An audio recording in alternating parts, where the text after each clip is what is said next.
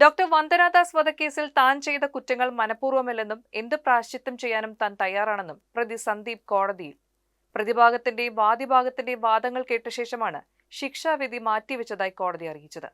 March 21-ന് ശിക്ഷാവിധി പ്രഖ്യാപിക്കും. എന്നാൽ സന്ദീപിന്റേത് ശിക്ഷയിൽ നിന്ന് രക്ഷപ്പെടാനുള്ള ബാലിശമായ വാദങ്ങളാണെന്നും പ്രതിക്ക് വധശിക്ഷ തന്നെ നൽകണമെന്നും പ്രോസിക്യൂഷൻ കോടതിയിൽ ശക്തമായി വാദിച്ചു. കോടതി നടപടികൾക്കിടെ മകൾ നേരിട്ട ക്രൂരതകളെക്കുറിച്ച് വിവരിക്കുന്നത് കേൾക്കവേ വന്ദനയുടെ മാതാപിതാക്കൾ കോടതിക്കുള്ളിൽ പൊട്ടിക്കരഞ്ഞത് കണ്ടുനിന്നവരിലും വേദനയുളവാക്കി. കേസിൽ നീതി തേടിയുള്ള പോരാട്ടത്തിൽ പ്രതിക്ക് പരമാവധി ശിക്ഷ ലഭിക്കണമെന്ന നിലപാടിലാണ് പ്രോസിക്യൂഷൻ. സന്ദീപ് ആശുപത്രിയിലെത്തിയത് ഡോക്ടറെ കൊലപ്പെടുത്താനല്ലെന്ന് പ്രതിഭാഗം വാദിച്ചു. പ്രതിക്ക് മാനസിക പ്രശ്നങ്ങൾ ഉണ്ടെന്ന് കേസിന്റെ വാദപ്രതിവാദങ്ങൾക്കിടയിൽ പ്രതിഭാഗം ആരോപിച്ചിരുന്നു. സ്കീസോഫ്രീനിയയുടെ ലക്ഷണങ്ങൾ ഉണ്ട് എന്ന് വരുത്തി തീർക്കാനുള്ള ശ്രമമാണ് പ്രതി നടത്തിയത്. എന്നാൽ ഇതെല്ലാം കപട ശ്രമങ്ങളാണെന്ന് തെളിയിക്കാൻ പ്രോസിക്യൂഷനായി.